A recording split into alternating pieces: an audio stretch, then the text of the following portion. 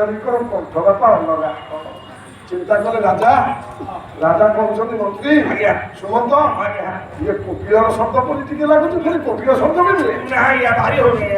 ନାରଦଙ୍କର ବିନା ଭଳି ଶବ୍ଦ ଆସେ। ସେ ଶବ୍ଦ ବି ନୁହଁ, ଜଣା ପଡୁଛି ହେଲେ ଜଣା ପଡୁନି। ଶଙ୍ଖର ଧ୍ୱନି ଯେପରି ଆସେ, ଶଙ୍ଖର ଧ୍ୱନି ଶବ୍ଦ ଭଳି ଜଣା ପଡୁଛି, କିନ୍ତୁ ଶଙ୍ଖର ଧ୍ୱନି ଶବ୍ଦ ବି ନୁହେଁ। ଇଏ ଆଚମ୍ବିତ ସ୍ୱର, କିଏ ସେ ଡାକୁଛନ୍ତି ରକ୍ଷା କର ବୋଲି।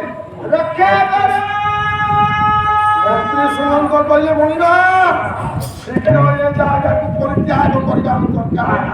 ମତେ ଭାରି ଭୂତ ମତେ କାହିଁ କେମିତି କିଣିଆ ଲାଗୁଛି।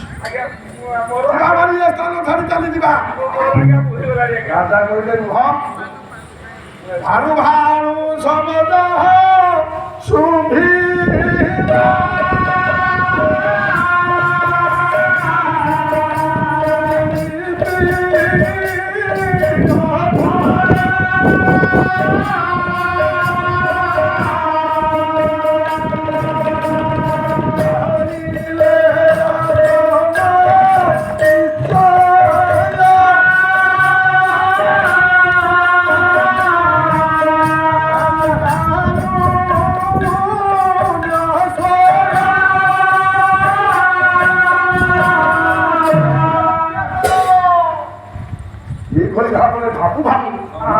ଶବ୍ଦ ଆଜ୍ଞା ଦ୍ୱିତୀୟ ଥର ଭାସି ଆସିଲା।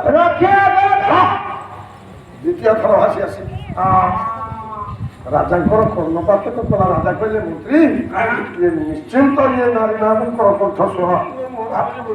ହୁଏତ ନାରୀମାନେ କୌଣସି ବିପଦରେ ପଡ଼ିଛନ୍ତି। ରାଜାର ଧର୍ମ ପାଳନ କରିବା ପାଇଁ ହେଲେ ସତ୍ୟକୁ ଅନୁକରଣ କରି ରଥ ବେଗେ